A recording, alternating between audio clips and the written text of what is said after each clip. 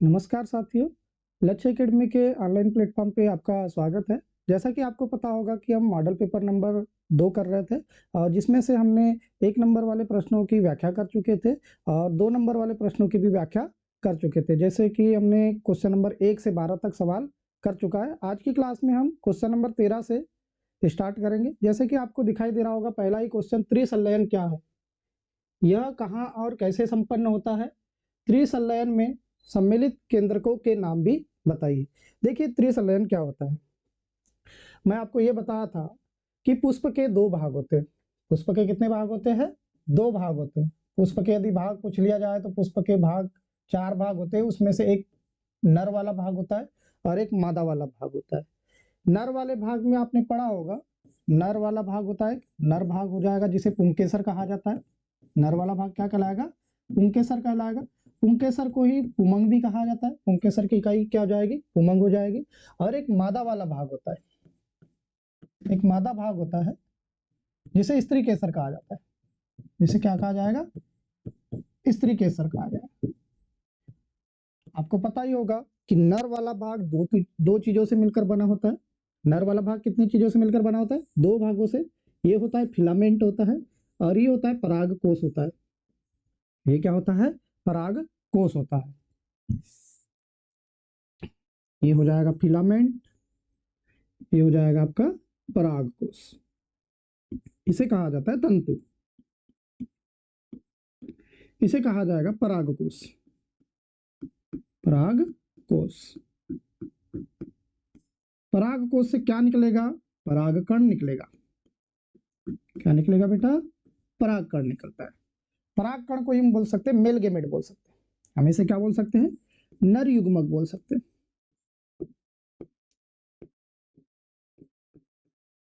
वैसे ही मादा भाग स्त्री केसर का 3 भाग होता है। कितना भाग होता है? 3 भाग होता है। जैसे आपको बताया था मैंने, ये होता है स्त्री केसर वाला भाग होता है, ये होता है वर्तिकाग्र। ये क्या हो जाएगा? वर्तिकाग्र हो जाएगा। यह हो जाएगा वर्तिका। यह क्या हो जाएगा? वर्तिका हो जाएगा। और यहां पर इस प्रकार से रहेगा, ये रहेगा अंडाशय रहेगा। ये क्या रहेगा? अंडाशय रहेगा।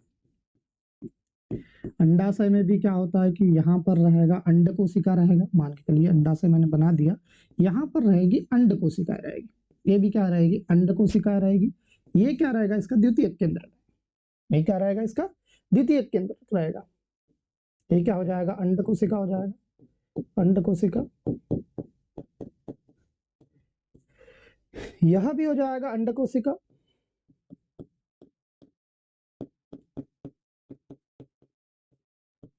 यह हो जाएगा द्वितीयक केंद्र।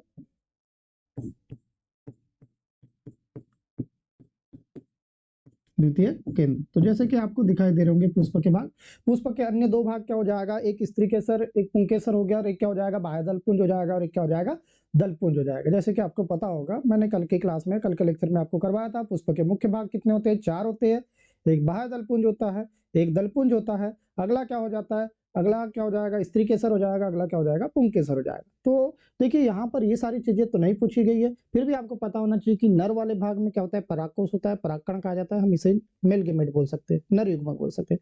वैसे ही यहाँ पर अंड कोशिका रहती है, इसे फीमेल गेमेट बोल सकते हैं, मादा युग्मक बोल सकते हैं। इसे इसे क्या बोल सकते हैं हम? मादा युग्मक कह सकते हैं।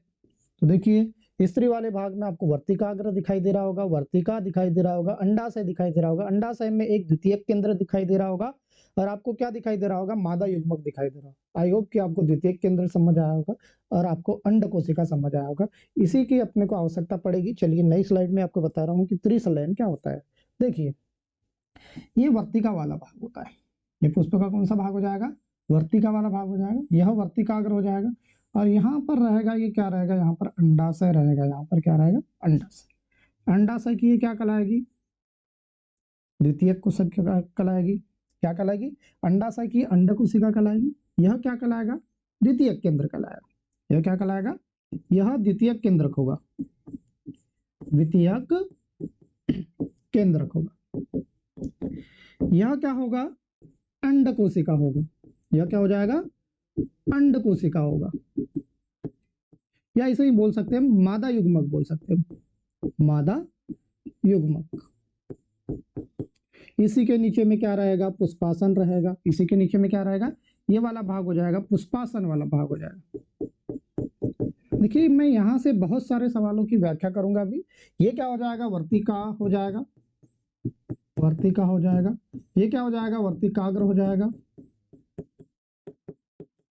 नहीं, ये वर्तिका होगा, ये हो जाएगा वर्तिका। और ये वाला भाग हो जाएगा वर्तिकाग्र हो जाएगा, वर्तिकाग्र हो जाएगा। अब देखिए क्या हुआ, मान के चलिए कि कोई मेल गेमेट है, मान के चलिए मेल गेमेट लिया मैंने, ये मेल गेमेट ले लिया, ये क्या हो जाएगा, मेल गेमेट लिया। अभी मेल गेमेट वर्तिकाग्र से प्रवेश होते हुए वर्तिकाग्र में होते हुए आएगा और इस प्रकार से अंड कोशिका से मिल जाएगा।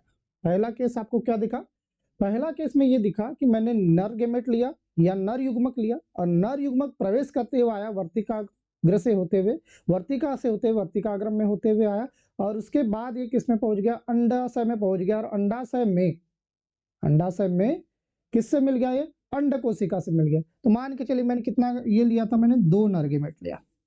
मैंने कितना गेमेट लिया, 2 नर गेमेट लिया। जब पहला नर युग्मक अंड कोशिका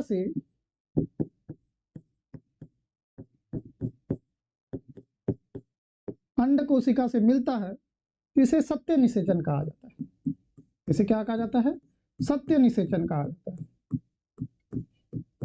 सत्य निषेचन कहा जाता है। दूसरा केस देखिए, दूसरा केस में क्या होगा कि दूसरा नर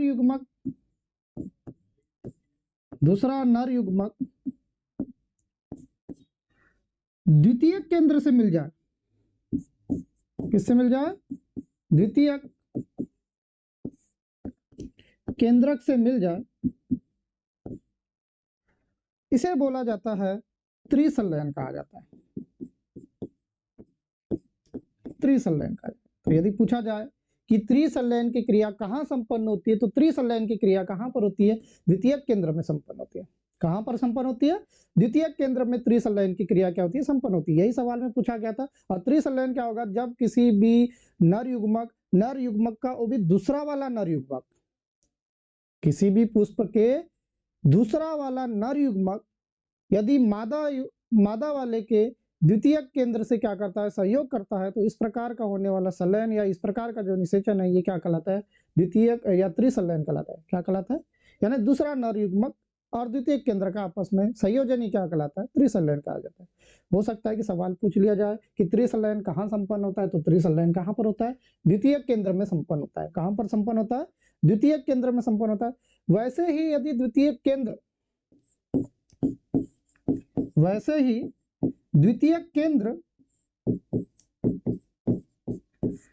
और नर युग्मक से मिल जाए, और किससे मिल जाए, नर युग्मक से मिल जाए, तो होने वाला जो निषेचन है ये द्वितीयक निषेचन कहलाता है। ये क्या कहलाता है, द्वितीयक निषेचन। यदि कभी पूछ लिया जाए एग्जाम में कि द्वितीयक निषेचन क्या होता है, तो द्वितीयक निषेचन क्या हो जाएगा, जब द्वितीयक केंद्र दूसरे नर युग्मक से, या हम बोल सकते हैं, सॉरी यहाँ पर थोड़ा सा मिस्टेक हो गया, जब त्रिसंलयन, जब क्या हो जाएगा, त्रिसंलयन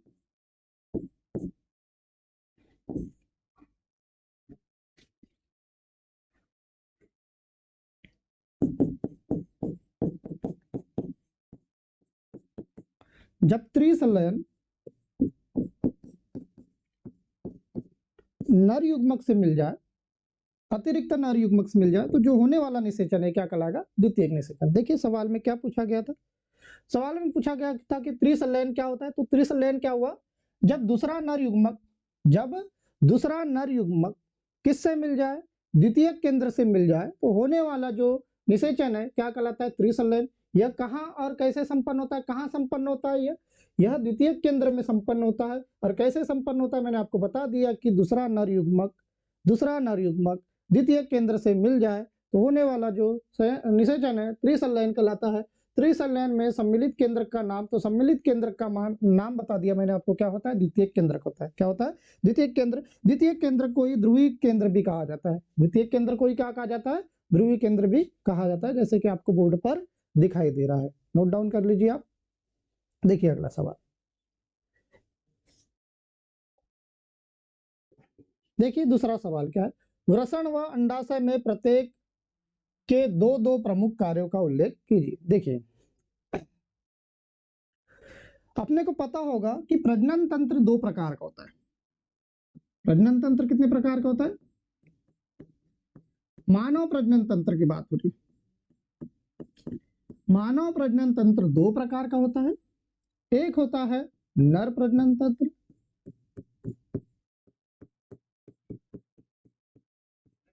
दूसरा होता है मादा प्रजनन तंत्र।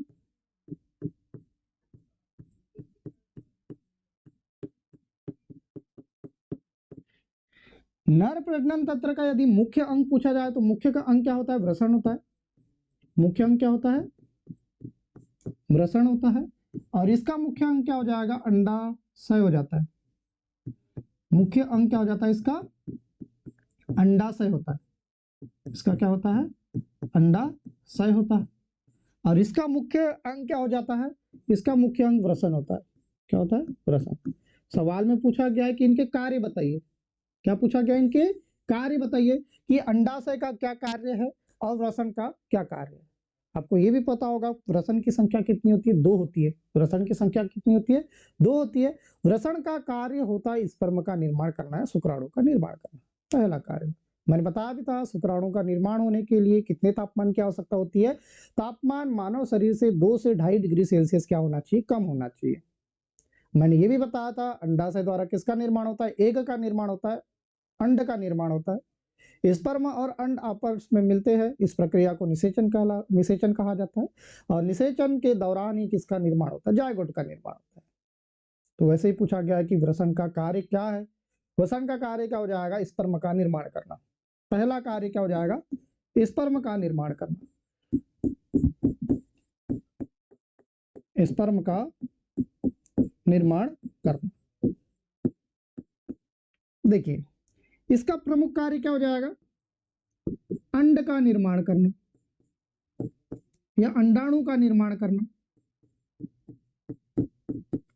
या एक बोल सकते हैं। स्पर्म को ही क्या बोलते हैं हम? शुक्राणु का निर्माण करना हो जाएगा। ये पहला कार्य हो गया इसका। दूसरा वृषण का कार्य दूसरा होता है। वृषण में 3 प्रकार की कोशिका होती है। कितनी कोशिका होती है वृषण में? 3 कोशिका होती है। एक होती जर्म कोशिका होती है, एक होती सर्टोली कोशिका होती है, और एक होती लीडाइन कोशिका होती है। हो सकता है कि यहां से यदि ऑब्जेक्टिव बन जाए तो आपका यहां से भी सही हो जाएगा। एक हो जाएगा जर्म कोशिका होता है, एक जर्म कोशिका होता है, एक सर्टोली कोशिका होता है, एक क्या होता है? लीडाइन कोशिका होता है। तो देखिए वृषण द्वारा हार्मोन का निर्माण किया जाता है। यह पूछा जाएगा कि शुक्राणु का जो निर्माण है कौन सी कोशिका करती है? तो शुक्राणु जो निर्माण करती है ये जर्म कोशिका करती है। शुक्राणु निर्माण कौन करता है? जर्म कोशिका करता है। सर्टोली कोशिका क्या करती है? ये स्पर्म को क्या देगी? पोषक देती है। क्या करती है? इसको पोषक देती है। यदि पूछा जाए कि लीडाइन कोशिका क्या करती है? लीडाइन कोशिका करती है टेस्टोस्टेरोन का निर्माण। टेस्टोस्टेरोन ये एक प्रकार का क्या है? हार्मोन है। एक प्रकार का क्या है? ये हार्मोन है। तो टेस्टोस्टेरोन हार्मोन का निर्माण करता है। मैंने देखिए दूसरा कार्य बता दिया आपको। तो पहला कार्य क्या बताया? स्पर्म का निर्माण करता है। और स्पर्म का निर्माण कौन करता है? जर्म कोशिका करता है। स्पर्म को पोषक तत्व कौन देता है? तो सर्टोली कोशिका करता है। वृषण में पाई जाने वाली कोशिका। तो वृषण का दूसरा कार्य क्या हो जाता है? स्पर्म को पोषक तत्व। थर्ड कार्य क्या हो जाएगा? लीडाइन कोशिका होती है। लीडाइन कोशिका क्या करती है? टेस्टोस्टेरोन का क्या करती है? निर्माण करती है। वैसे ही अंडाशय द्वारा क्या किया जाता है? अंडाणु का निर्माण किया जाता है। यह भी कितने प्रकार का? 2 प्रकार का हार्मोन निकालती है। यह हार्मोन का उत्पादन करता है। यह कौन से हार्मोन का निर्माण करता है? तो यह हार्मोन का निर्माण करता है एस्ट्रोजन। एस्ट्रोजन हार्मोन का निर्माण करता है। एस्ट्रोजन हार्मोन का निर्माण करता है। और साथ में प्रोजेस्टेरॉन हार्मोन का भी निर्माण करता है। किसका हार्मोन का निर्माण करता है? प्रोजेस्टेरॉन हार्मोन का निर्माण करता है। तो ये कार्य हो गए अंडाशय के और वृषण के। देखिए यही सारी चीजें लिखी हुई होगी आपकी स्लाइड में, स्लाइड को आप एक बार अच्छे से पढ़ सकते हैं। वृषण का प्रमुखतम कार्य है नर युग्मकों या, वृषण का मुख्य कार्य क्या है? नर युग्मकों या शुक्राणु का निर्माण करना, बता दिया था मैंने। वृषण एक प्रकार की अंतःस्रावी ग्रंथि है। देखिए पहले तो आप समझ लीजिए कि ग्रंथि क्या होता है। मानव शरीर में ऐसा अंग, मानव शरीर का ऐसा अंग जो रस का स्त्रावण करता है, जो एंजाइम का स्त्रावण करता है, जो हार्मोन का स्त्रावण करता है, रस का, एंजाइम का, हार्मोन का स्त्रावण करता है, ऐसा अंग ग्रंथि कहलाता है। ऐसा अंग क्या कहलाता है? ग्रंथि कहलाता है। ग्रंथि भी तीन प्रकार की होती है। एक होती है अंतःस्रावी ग्रंथि, एक होता है बहिस्रावी ग्रंथि, और एक होता है मिश्रित ग्रंथि। अंतःस्रावी ग्रंथि वे ग्रंथि होती है जो हार्मोन का उत्पादन करता है, जो किसका उत्पादन करता है? हार्मोन का।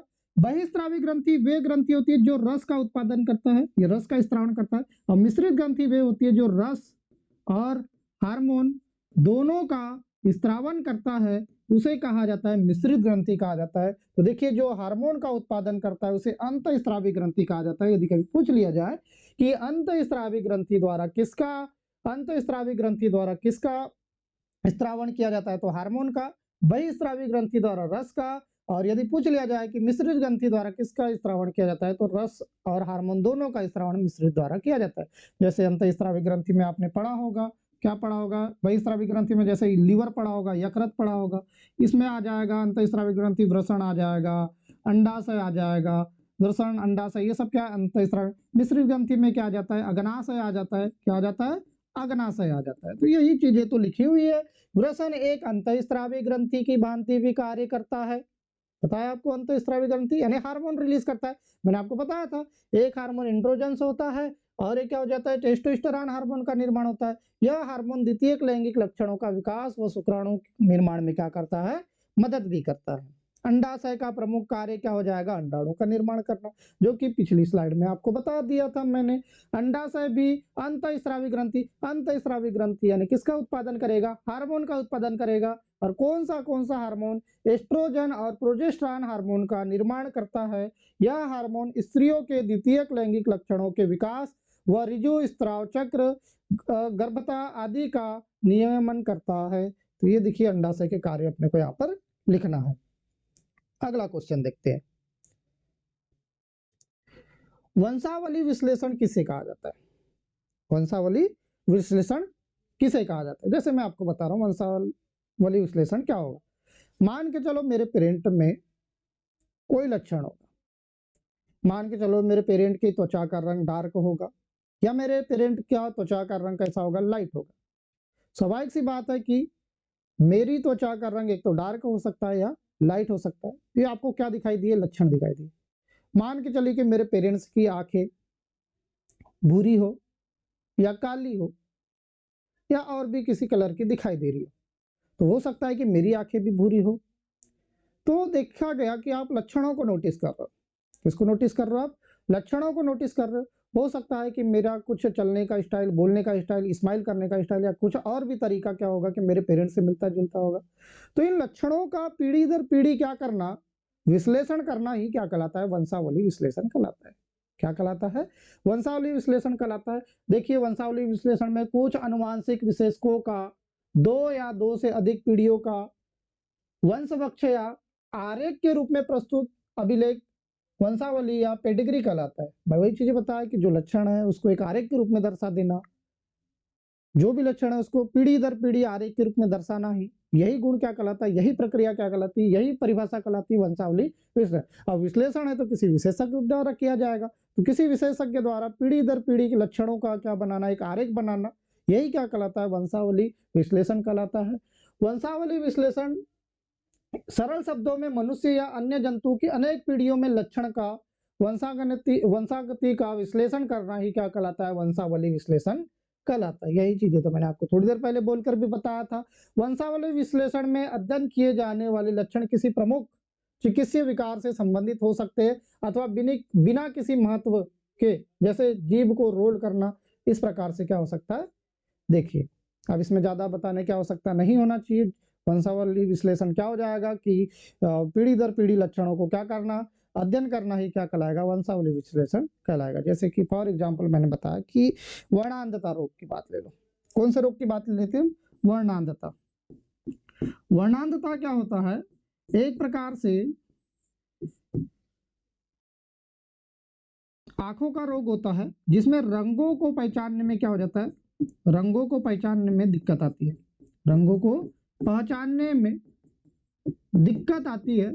दिक्कत का मतलब हो जाएगा कि मैंने कलर वाला चार्ट रख दिया, मैंने बिल्कुल ऐसे चार्ट को सामने पर रखा उस व्यक्ति के जिसमें बहुत सारे कलर रखे हुए, तो कलरों में वो विभिन्नता ही नहीं कर पाता है। उसको कभी हो सकता है कि लाल वाला हरा दिख जाए, हरा लाल दिख जाए, या हरा बैंगनी दिख जाए, तो कलर में विभिन्नता को डिसाइड ही नहीं कर पाता। इस प्रकार का रोग क्या कहलाता है, वर्णांधता। और वर्णांधता रोग क्या होता है, पीढ़ी दर पीढ़ी चलने वाला रोग है, और पीढ़ी दर पीढ़ी को हम बोलते हैं अनुवांशिक रोग है। एक प्रकार का क्या है, अनुवांशिक। स्वाभाविक सी बात है कि यदि किसी पिछली यदि पीढ़ी में हुआ है वर्णांधता रोग, आने वाली पीढ़ी में भी बहुत ज्यादा संभावनाएं बनती है कि वर्णांधता रोग हो सकता है। दूसरा इसी में और एक होता है हीमोफीलिया रोग होता है। एक क्या होता है, हीमोफीलिया रोग भी होता है। इसी में क्या हो जाएगा, एक हीमोफीलिया रोग भी होता है। हीमोफीलिया किससे संबंधित है, रक्त का विकार है। ये किसका विकार है, ये रक्त का विकार है। अब देखिए रक्त का विकार कैसे है, रक्त के विकार में क्या होता है कि आपने देखा होगा कि आप यदि कोई कार्य कर रहे हैं, कार्य करने के दौरान ये कभी होता है कि कभी आपके शरीर पर क्या पड़ जाए, चोट पड़ जाए, आपके शरीर पर क्या पड़ जाए, चोट पड़ जाए। तो चोट पड़ने के बाद क्या होता है कि रक्त का प्रवाह होने लग जाता है, और आपने देखा होगा कि कुछ समय बाद रक्त का प्रवाह रुक भी जाता है, जिसे रक्त का थक्का जमना कहा जाता है। जिसे क्या कहा जाता है, रक्त का थक्का जमना कहा जाता है। परंतु किसी किसी व्यक्ति में यह देखा जाता है कि रक्त का थक्का जम ही नहीं पाता है। सबसे पहले यह रोग ब्रिटेन की महारानी में देखा गया था, इसीलिए इसे रॉयल रोग भी कहा जाता है, शाही रोग भी कहा जाता है, क्रिसमस कारक रोग भी कहा जाता है। इसमें क्या होता है कि जब भी शरीर का कोई पार्ट कटता है, रक्त तो बहता है, परंतु रक्त बहने के बाद रक्त का थक्का ही नहीं जम पाता है। इस प्रकार का लक्षण क्या कहलाता है, हीमोफीलिया कहलाता है। इस प्रकार का रोग क्या कहलाएगा, हीमोफीलिया रोग कहलाएगा। और हीमोफीलिया रोग भी एक प्रकार का क्या है, अनुवांशिक रोग है। ये पीढ़ी दर पीढ़ी चलने वाला रोग है। इन सारों का अध्ययन करना ही, इन सभी को अध्ययन करना ही, यही तो कहलाता है वंशावली विश्लेषण कहलाता है। यही क्या कहलाएगा, वंशावली विश्लेषण कर। चलिए अगले क्वेश्चन की चर्चा करते भी है। वंशावली विश्लेषण का महत्व दिया हुआ है कि अनेक नैतिक व जैविक कारणों से मनुष्य के तुलनार्थ संकरण नहीं कराए जा सकते। अतः मान के चलो किसी व्यक्ति को यदि हीमोफीलिया है या क्या है, वर्णांधता रोग है, तो उसमें संकरण नहीं करवाया जाता। हो सकता है कि किसी पौधे में, किसी जैविक या अनेक इसमें क्या दिक्कत है, तो हम उसमें क्या नहीं करवा सकते, क्रॉस नहीं करवा सकते। दंपतियों को उनकी वंशावली के अध्ययन के आधार पर उनके बच्चों में हो सकने वाली असमानताओं के बारे में पहले से जानकारी दी जा सकती है। मैंने बोला कि जैसे किसी व्यक्ति को क्या है, हीमोफीलिया रोग है, या किसी व्यक्ति को क्या है, वर्णांधता रोग है, तो डॉक्टर की सलाह द्वारा बताया जा सकता है कि आपकी आने वाली पीढ़ी में इस प्रकार के रोग होने की क्या हो सकती है, संभावना ज्यादा हो सकती है ना, पहले ही सचेत किया जा सकता है। यही बातें तो लिखी हुई है। थर्ड क्या लिखा हुआ है, वंशावली विश्लेषण से मनुष्य के लिंग संलग्न रोगों की वंशागति संबंधी हमारे ज्ञान में अभिवृद्धि हुई है। तो ये आप महत्व लिख सकते हो, महत्व को नोट डाउन कर लीजिए आप। देखिए अगला क्वेश्चन, अगला क्वेश्चन दिया डीएनए व आरएनए के बीच अंतर स्पष्ट कीजिए। देखिए डीएनए और आरएनए, डीएनए और आरएनए न्यूक्लिक अम्ल के भाग है। किसके भाग है, न्यूक्लिक अम्ल। आपको पता होगा कि कोशिका में आपने पढ़ा होगा, मान के चलिए कोई कोशिका है, ये कोशिका की बाहरी लेयर कहलाती है, कोशिका झिल्ली कहलाएगी, कोशिका भित्ति कहलाएगी। वैसे ही कोशिका के मध्य में एक भाग होता है, इस भाग को कहा जाता है केंद्रक कहा जाता है। इसे क्या कहा जाता है, केंद्रक कहा जाता है। इसे क्या कहा जाता है, केंद्रक। केंद्रक में ही न्यूक्लिक अम्ल होता है, केंद्रक में ही एक अम्ल उपस्थित होता है, इसे क्या कहा जाता है, न्यूक्लिक अम्ल कहा जाता है। केंद्रक में किसी कोशिका के केंद्रक में उपस्थित अम्ल को क्या कहा जाता है, न्यूक्लिक अम्ल कहा जाता है। न्यूक्लिक अम्ल की खोज मिस्र द्वारा की गई थी। यदि कभी कोई पूछ ले कि न्यूक्लिक अम्ल की खोज किसके द्वारा की गई थी, तो न्यूक्लिक अम्ल की खोज मिस्र द्वारा की गई। तो देखिए यही न्यूक्लिक अम्ल है, यही न्यूक्लिक अम्ल दो प्रकार का होता है। यही न्यूक्लिक अम्ल दो प्रकार का होता है। एक होता है डीएनए होता है, एक क्या होता है, डीएनए होता है, और एक होता है आरएनए होता है। तीन अंतर लिखना है आपको, जानकारी आपको चीजें समझ आना चाहिए कि क्या क्या बताई जा सकती है डीएनए और आरएनए के बारे में। डीएनए का फुल फॉर्म ही लिख दीजिए पहला। तो डीएनए का फुल फॉर्म क्या हो जाएगा, डी ऑक्सी राइबोज न्यूक्लिक अम्ल।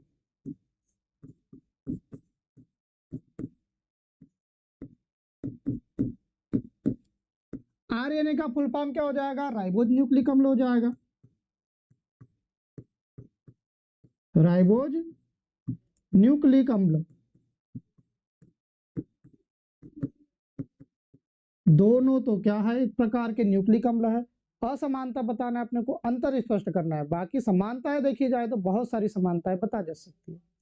दूसरे देखिए, इसमें भी पेंटोस शर्करा होती है, इसमें भी पेंटोस शर्करा होती है, ये तो अंतर स्पष्ट नहीं हो पाया। ठीक, अब देखिए, एक वैज्ञानिक थे वाटसन और क्रिक द्वारा बताया गया था, वाटसन और क्रिक द्वारा बताया गया था कि डीएनए की जो संरचना है, डीएनए की जो संरचना है ये डबल हेलिक्स होती है। डीएनए की संरचना कैसी होती है, डबल हेलिक्स होती है। ये क्या हो जाएगा, डबल हेलिक्स हो जाएगा। डीएनए की संरचना कैसी होती है, डबल हेलिक्स होती है, डबल हेलिक्स संरचना किसकी, डीएनए की। तो डीएनए की संरचना कैसी होती है, डबल हेलिक्स होती है। किसके द्वारा बताया गया था, वाटसन क्रिक द्वारा बताया गया था।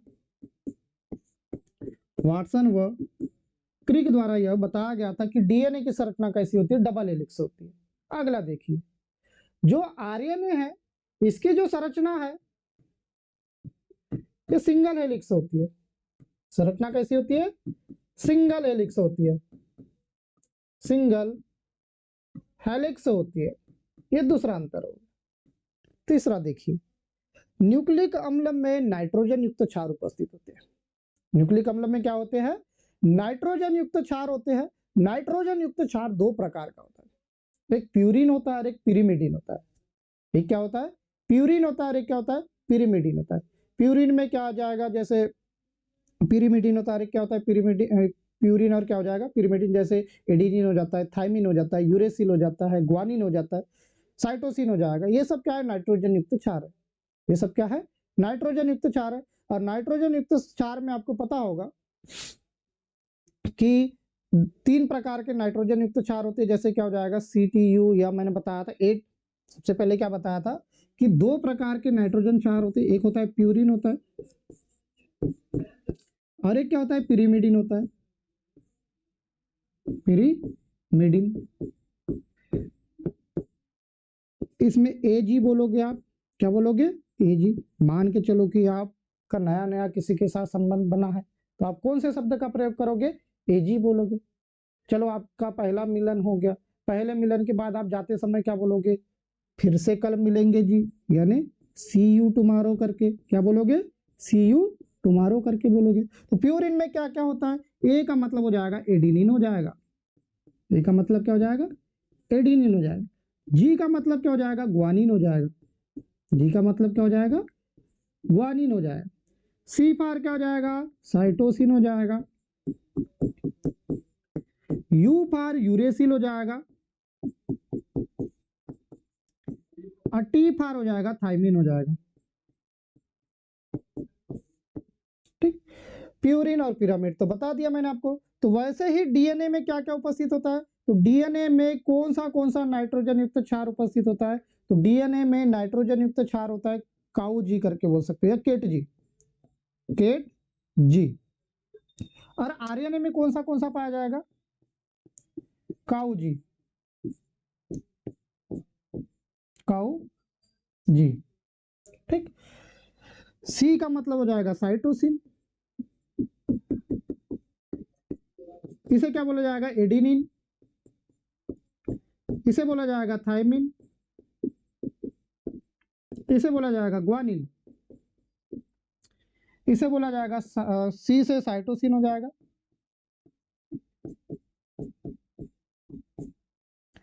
ए से एडेनिन हो जाएगा, यू से क्या हो जाएगा यूरेसिल, और जी से क्या हो जाएगा ग्वानिन। ठीक, तो देखिए यहां पर यूरेसिल उपस्थित है और यहां पर क्या उपस्थित है, यहां पर उपस्थित है थाइमिन।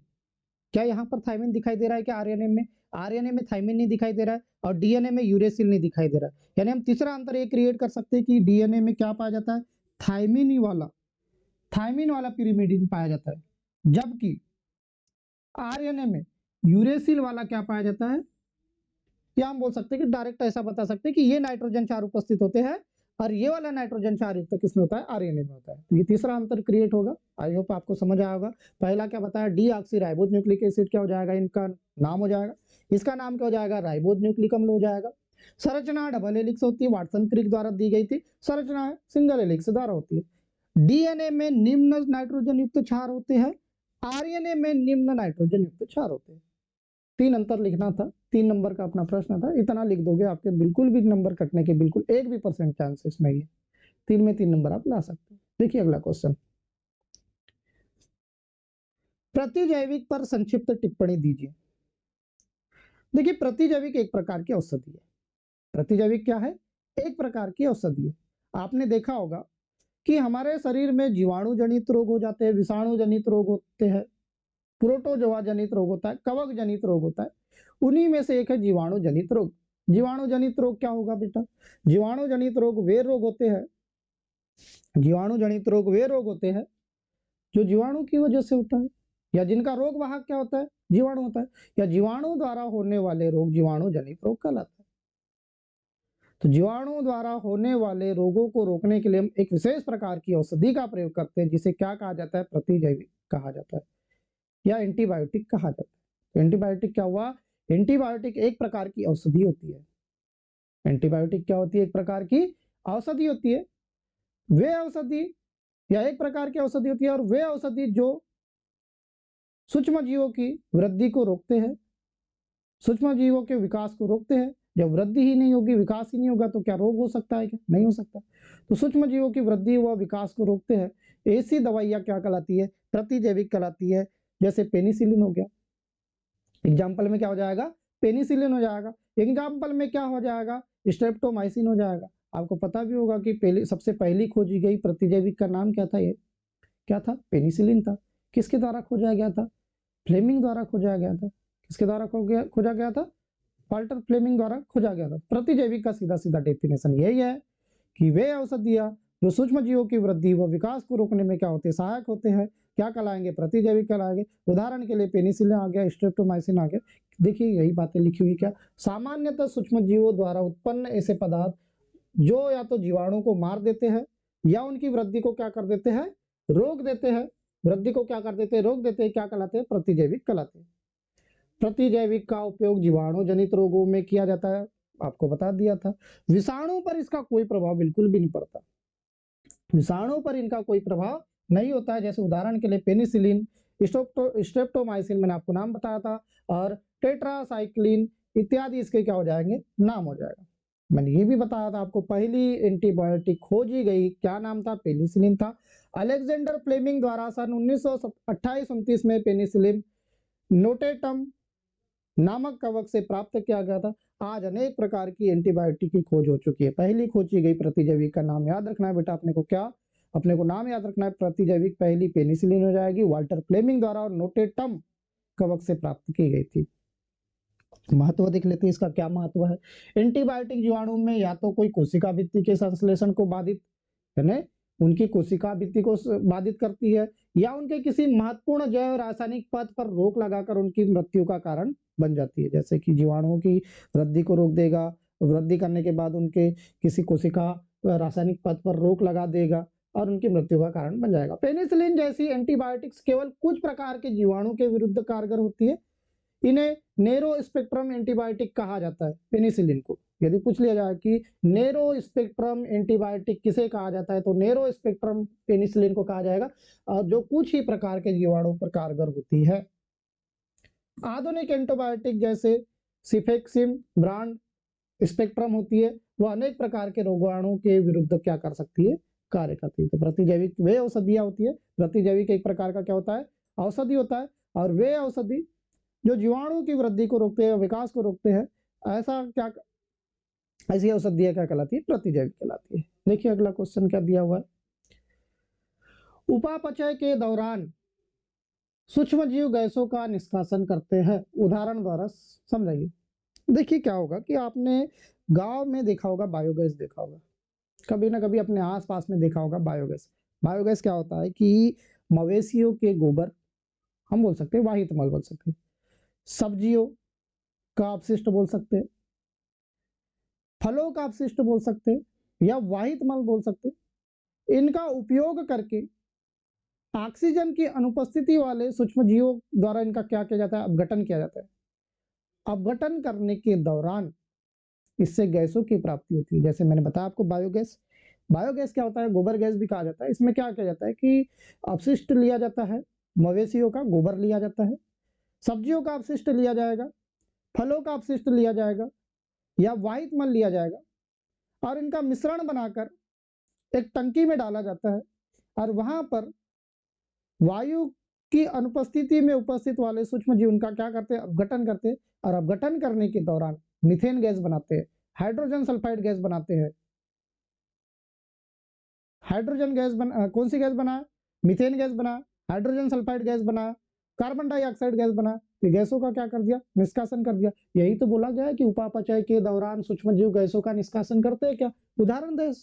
तो वास्तव में क्या करते हैं, गैसों का क्या करते हैं, निष्कासन करते हैं। उदाहरण मैंने आपको एक बता दिया, गोबर गैस प्लांट में। दूसरा एग्जाम्पल भी लिखा हुआ देखिए, बायोगैस संयंत्र में पाए जाने वाले अनाक्सी मेथेनाइज जैसे मेथेनो बैक्टीरिया के उपापचय से मीथेन, हाइड्रोजन सल्फाइड तथा कार्बन डाइऑक्साइड गैस मुक्त होती है।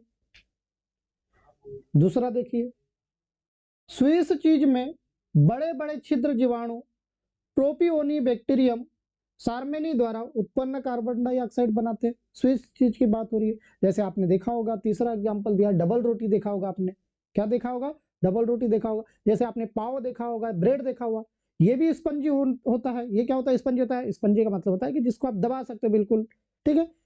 स्पंजी होने के कारण भी उनमें उपस्थित रिक्त स्थान है जो कार्बन डाइऑक्साइड की उपस्थिति से बनते हैं, जो आपने दिखाई देता है। आपने ब्रेड देखा होगा, ब्रेड में क्या होता है, खाली स्थान होता है, स्पंज जैसे होता है, आपको उसको दबाओगे, छोड़ोगे तो फिर से वैसा ही शेप में आ जाता है।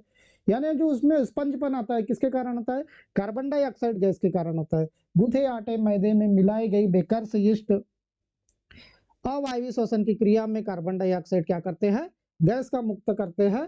पकने पर आटे में फंसी CO2 मुक्त हो जाती है, फलस्वरूप डबल रोटी स्पंज हो जाती है।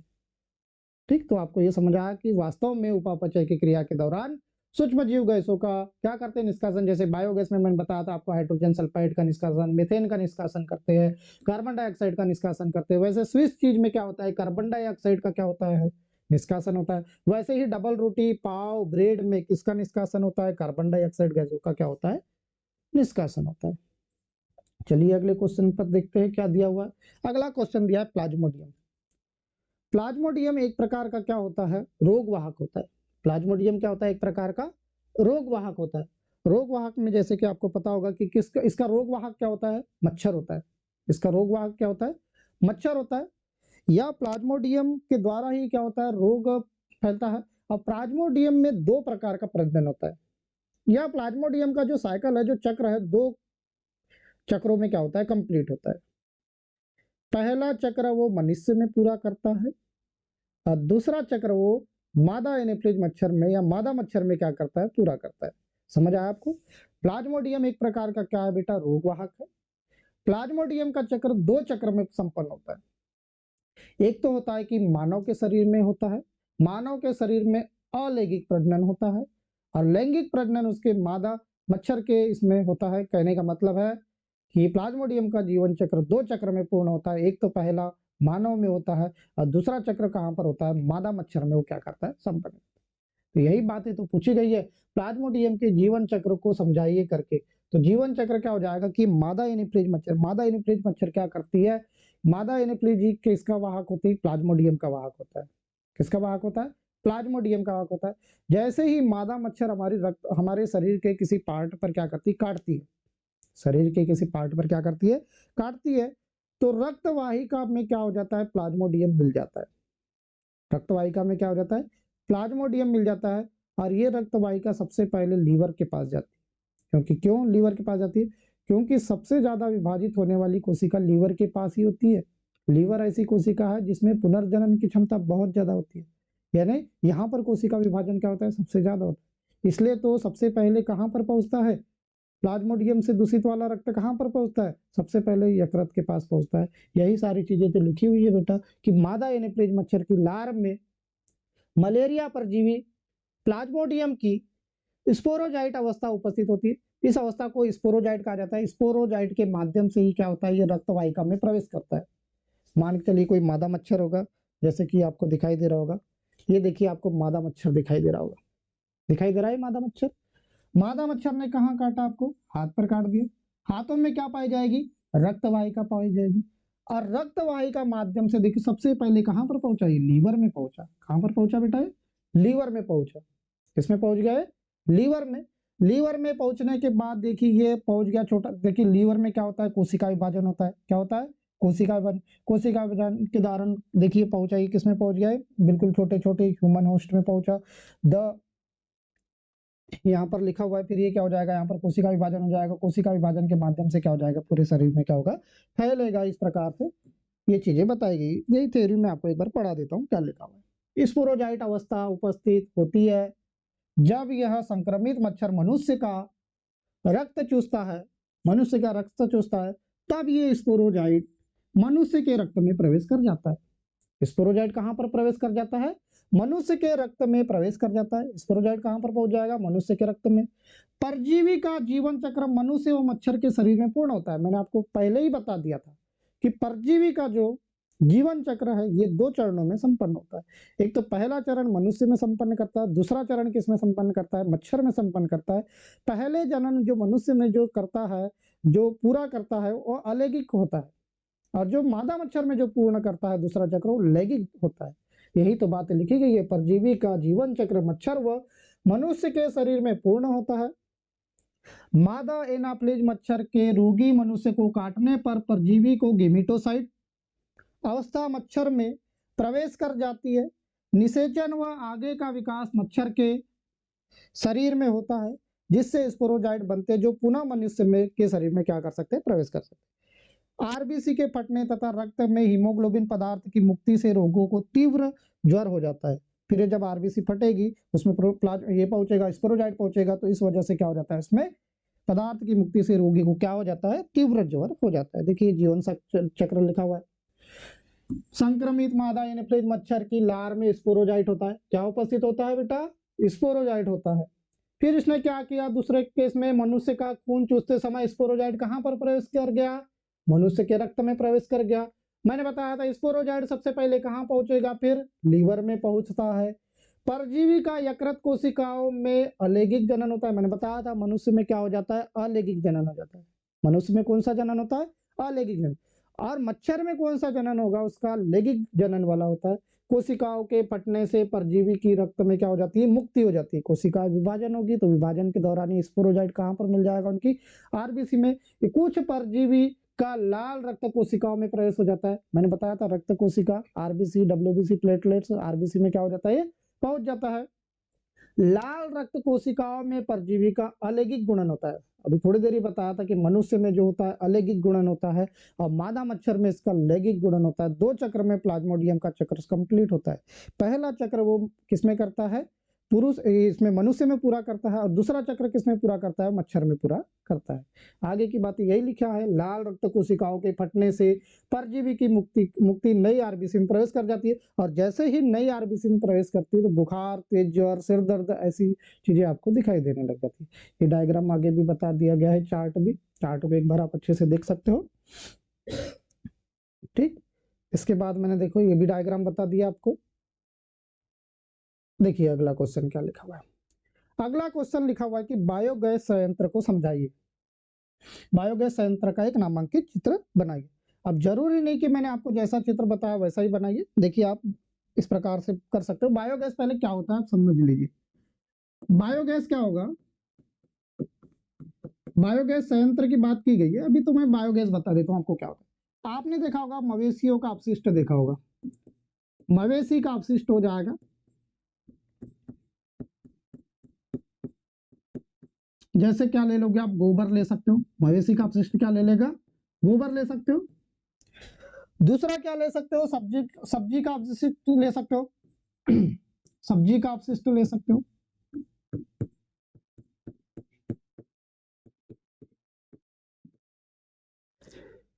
फलों का अपशिष्ट ले सकते हो,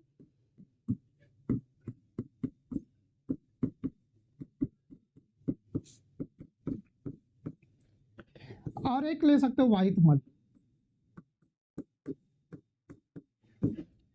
तो मवेशी का अपशिष्ट हो गया, सब्जियों का अपशिष्ट हो गया, फलों का अपशिष्ट हो गया, या वाहित मल को किसी अवायवीय कक्ष में, यानी अवायवीय कक्ष में, अवायवीय कक्ष का मतलब होता है कि जहां पर ऑक्सीजन बिल्कुल भी नहीं जा रही है,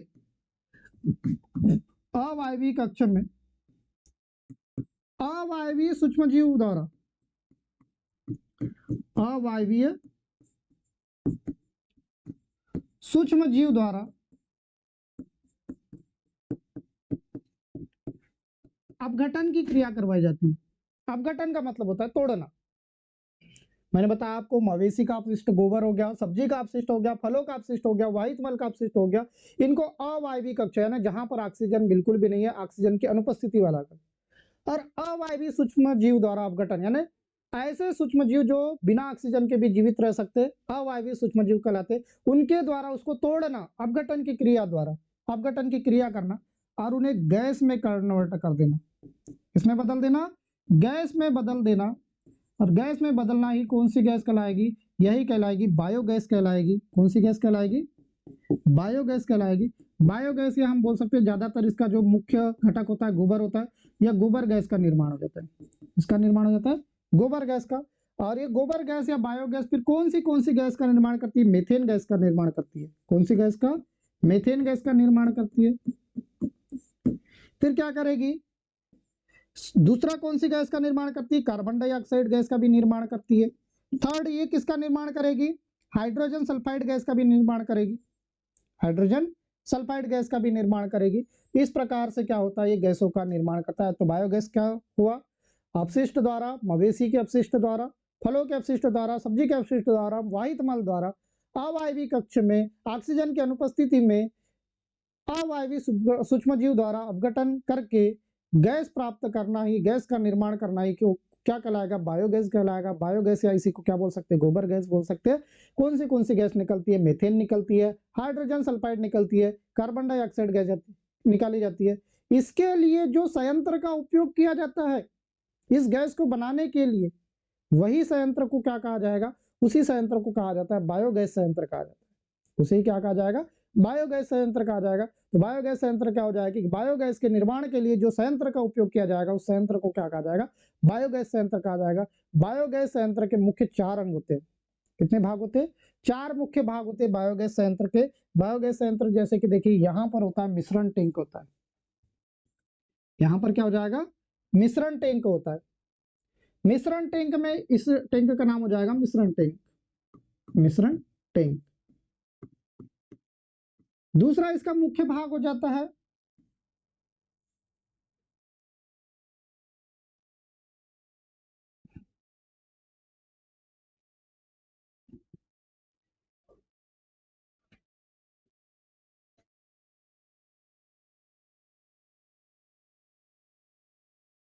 ये वाला क्षेत्र हो जाता है डाइजेस्टर हो जाता है।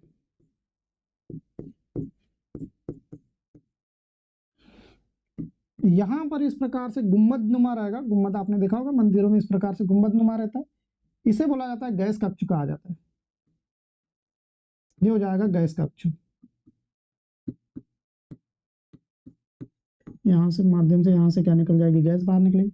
और यहाँ पर सबसे लास्ट में रहेगा, इसे बोला जाता है निष्कासन टैंक बोला जाता है, या निष्कासन टैंक।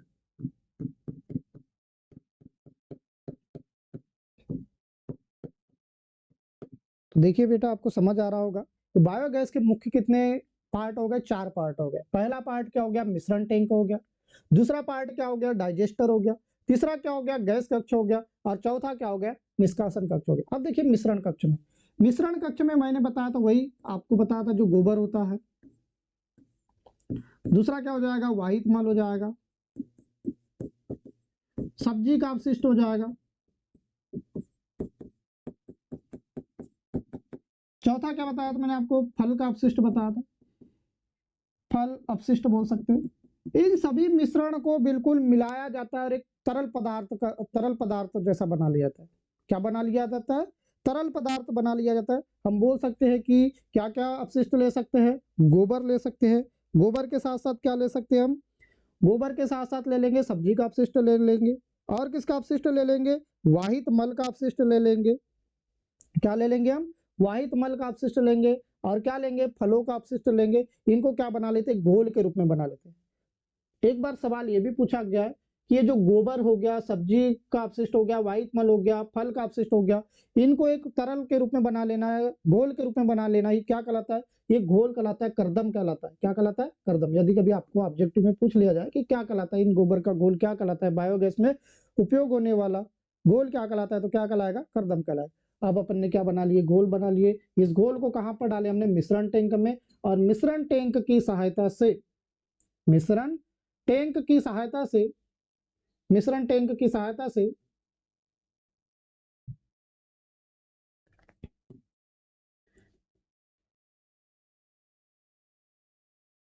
मिश्रण टैंक की सहायता से हम क्या करते हैं, आगे पहुंचाते हैं। कहां पर पहुंचाएंगे, डाइजेस्टर में पहुंचाएंगे। कहां पर पहुंचाएंगे इसे, डाइजेस्टर। अब डाइजेस्टर में क्या रहेगा, मैंने बताया था, यहां पर सूक्ष्म जीव होगा। यहां पर क्या पाया जाएगा, सूक्ष्म जीव। ऐसा सूक्ष्म जीव पाया जाएगा जो वायु की अनुपस्थिति में जीवित रह जाए। अब देखो मैंने यहाँ पर क्या बनाया, घोल बना दिया। ये घोल पहुंच गया मिश्रण टैंक की सहायता से, मिश्रण टैंक की सहायता से कहां पहुंचा, ये डाइजेस्टर। डाइजेस्टर में एक प्रकार का क्या था, बैक्टीरिया था, सूक्ष्म जीव था। ऐसा सूक्ष्म जीव था जो अवायवीय था। अवायवीय का मतलब था कि जो वायु की अनुपस्थिति में क्या कर दे, उसका अपघटन कर दे। अब अपघटन चालू हो गया इस घोल का। इसका क्या हो गया, घोल का अपघटन। अपघटन कहां पर हो रहा है, डाइजेस्टर में हो रहा है। कहां पर हो रहा है, डाइजेस्टर में। डाइजेस्टर में क्या हो रहा है कि अपघटन हो रहा है। अपघटन होने के दौरान ही ये गैसों का उत्पादन करते थे। कौन सी गैस, मीथेन गैस। मुख्यतः कौन सी gas, methane gas, hydrogen sulphide gas, carbon dioxide gas. और ये गैस कहां पर जमा हो जाती है, जाकर गैस कक्ष में क्या हो जाती है, जमा हो जाती है। गैस कक्ष में एक बिल्कुल यहाँ पर नोजल लगाकर, यहाँ पर नोजल की सहायता से फिर उसको क्या कर लिया जाता है, आवश्यकता अनुसार क्या कर लिया जाता है, बाहर कर लिया। अब अपघटन के दौरान है तो गैस चेंबर में चले गई। अब यहाँ पर कुछ ना कुछ अपशिष्ट भी तो बचा होगा, तो ये अपशिष्ट को निष्कासन कक्ष के माध्यम से, किसके माध्यम से, निष्कासन कक्ष के माध्यम से क्या कर लिया जाता है, अपशिष्ट को बाहर कर लिया जाता है। ये अपशिष्ट भी किसके रूप में प्रयोग कर लिया जाता है, फिर खाद के रूप में प्रयोग कर लिया जाता है। खाद के रूप में क्यों प्रयोग किया जाता है, क्योंकि जब ये बनता है अपशिष्ट, तो यहाँ पर नाइट्रोजन, जो इस खाद में जो नाइट्रोजन है और फास्फोरस है, इसकी अधिकता रहती है। किसकी किसकी अधिकता रहेगी, नाइट्रोजन और फास्फोरस की क्या रहती है, अधिकता रहती है। इसलिए इसका प्रयोग किसके रूप में कर लिया जाता है, खाद के रूप में प्रयोग कर लिया जाता है। तो मैंने आपको बताया मुख्य 4 अंग होते हैं, एक मिश्रण टैंक होता है, दूसरा डाइजेस्टर होता है, तीसरा गैस कक्ष होता है, तीसरा क्या होता है, निष्कासन।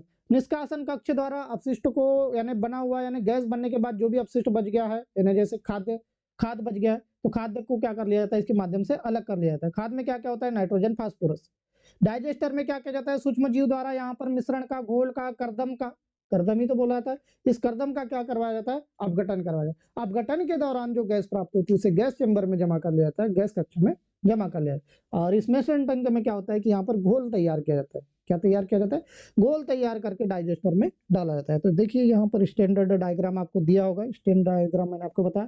ये क्या हो गया, डंग वाटर हो गया, यही क्या हो जाएगा, मिश्रण वाला पार्ट हो गया। देखिए ये डाइजेस्टर वाला हो गया, ये गैस होल्डर हो गया। मैंने आपको बताया गैस कौन सी निकली, देखिए CH4 CO2 निकली, ठीक है। इस गैस को बाहर निकाल सकते हैं। और यहाँ पर क्या हो गया, स्लज यानी अपशिष्ट हो गया, यानी खराब, जो बिल्कुल काम का भी नहीं है, अशुद्धियां हो गया। वो अशुद्धि भी काम की हो जाती है। यानी देखिए बायोगैस से कितना काम आ गया, आपको गैस भी प्राप्त हो गई CH4 क्या होती है, ईंधन के लिए उपयुक्त मानी जाती है। CH4 क्या होती है, ईंधन के लिए उपयुक्त होती है। यानी इसमें जो गैस प्राप्त होती है ना, 75% तक मीथेन पाई जाती है। कितनी परसेंट तक, 75% तक मीथेन पाई जाती है। तो इसलिए इसका प्रयोग ईंधन के रूप में किया जाता है। मीथेन क्या होती है, ज्वलनशील गैस होती है। मीथेन का और एक फायदा ये भी है कि जलने के बाद राख उत्पन्न नहीं करती है। ताप भी उच्च देती है। पहला तो देखो ईंधन के लिए उपयुक्त हो गई, सस्ती भी हो गई, सस्ती विधि द्वारा अपने घरों में बना लिए, पहला तो सस्ता हो गया। दूसरा क्या हो गया, दूसरा क्या बताया मैंने आपको कि इसके जलने पर क्या उत्पन्न नहीं होती, राख भी उत्पन्न नहीं होती। थर्ड मैंने क्या बताया, यदि कभी पूछ लिया जाए कि बायोगैस संयंत्र के लाभ बताइए, तो पहला तो CH4 गैस उपयुक्त मात्रा में प्राप्त हुई, बनाना सरल और आसान भी हो गया। दूसरा क्या बताया कि यह जलने में अच्छी होती है, इसलिए इसका प्रयोग ईंधन के रूप में किया जाता है। थर्ड, यह जलने पर किसी प्रकार का क्या नहीं देती, धुआं या राख नहीं देती है। इसका और एक लाभ है कि इस गैस से बिजली भी बनाई जा सकती है, या बल्बों को भी जलाया जा सकता है, या प्रकाश भी उत्पन्न किया जा सकता है। तो चौथा लाभ हो गया। अगला लाभ क्या हुआ कि जब इससे स्लज निकलता है, इससे क्या निकलता है, स्लज। स्लज में क्या रहता है, नाइट्रोजन और फास्फोरस की अधिकता रहती है। नाइट्रोजन और फास्फोरस का प्रयोग फिर किसके रूप में कर लिया जाता है, खाद के रूप में प्रयोग कर लिया जाता है। तो इसके क्या होगा, लाभ होगा। तो आई होप कि आपको आज का सेशन बहुत ही बेहतरीन लगा होगा। मिलते हैं आगे के सेशन में। धन्यवाद। Have a nice day.